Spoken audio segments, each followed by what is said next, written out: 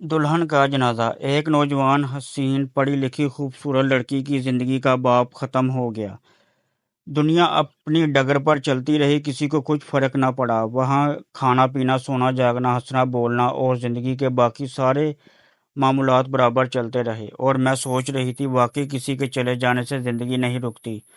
موت سے فرق تو صرف مرنے والے کو پڑتا ہے۔ آج وہ قبر میں تنہا ہوگی، اس کے قیمتی لباس اور زیورات یہی رہ گئے، اس کا جہازی سائیڈ بیڈ، مخملی بیڈ شیٹ، خوبصورت منقش سنگار میز، اس پر سجا میک اپ کا سامان، الماری میں لٹکے قیمتی ملبوسات، ذرا فاصلے پر رکھا چوڑی دان جس میں رنگ برنگی کانچ کی جھلمل کرتی چوڑیاں ترتیب سے رکھی تھی، سب کچھ یہی رہ گیا۔ ساتھ گیا تو صرف ایک کفن۔ جہیز کا سارا قیمتی سامان اسے برتنا نصیب نہ ہوا۔ مہینہ پہلے سے بیوٹی سیلون کے چکر لگ رہے تھے، اور جس بدن کو پوری آب و تاب سے نکھارا گیا، آج وہی بدن منو مٹی تلے کیڑوں کی خوراک بن رہا ہے۔ کچھ عرصہ پہلے کی بات ہے، اس لڑکی کی منگنی ہوئی۔ وہ لڑکی بے پناہ خوش تھی، قریبی رشتہ داروں میں ہی اس کا رشتہ طے ہوا تھا، دونوں خاندانوں کی آپس میں اچھی انڈرسٹینڈنگ تھی، اس لیے دونوں طرف سے ہی خوب خوشیاں منائی جا رہی تھی۔ جہیز اور بری کو شاندار بنانے کے لیے رات دن بڑے بڑے شاپنگ مال سے خریداری کی گئی، لاکھوں کی مالیت کا روسی جوڑا تیار کروایا گیا۔ آخر کار شادی کا دن بھی آن پہنچا۔ ایک نامور بیوٹی پارلر سے دلہن تیار کروائی گئی۔ دلہن کو لا کر جب اسٹیج پر بٹھایا گیا تو ہر آنکھ میں ستائش تھی۔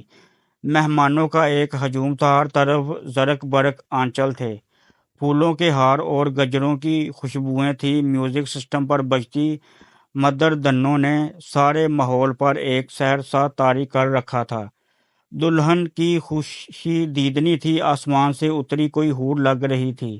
رات گئے، دلہن کی رخصتی ہوئی، اگلے دن ولیمے کی شاندار تقریب ہوئی۔ عزیز رشتہ دار سب کہہ رہے تھے دلہن کو ایسا خوش پہلے کبھی نہیں دیکھا تھا۔ وہ گھر جو ابھی تھوڑی دیر پہلے تک خوشیوں کا گہوارہ تھا، چاروں طرف کہکے بکھر رہے تھے، مگر کون جانتا تھا یہ خوشی کتنے دن کی ہے۔ ابھی ہفتہ بھی نہ گزرا تھا، دلہن کسی دعوت میں جانے کی تیاری کر رہی تھی، اچانک طبیعت خراب ہوئی اور ہسپتال جاتے جاتے ہی دم دے دیا۔ اب وہاں ایک صف ماتم بچھ چکی تھی، عزیز و اقارب کے رونے دھونے سے ایک احرام بپا تھا۔ وہی لڑکی جسے تھوڑی دیر پہلے تک دلہن دلہن کہہ کر پکارا جا رہا تھا، اب اسے سب لوگ میت کہہ رہے تھے۔ اپنے پرائے سب اکٹھے ہوئے، میت کو غسل دیا گیا اور کچھ ہی دیر میں ایک نئی نویلی دلہن کا جنازہ اٹھ گیا، میت دفنا دی گئی۔ سب لوگ قبر پر مٹی ڈال کر قبرستان سے اپنے گھروں کو چلے گئے۔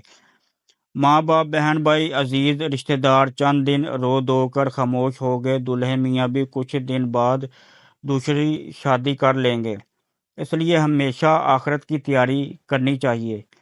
یہ دنیا تو بس عارضی ہے۔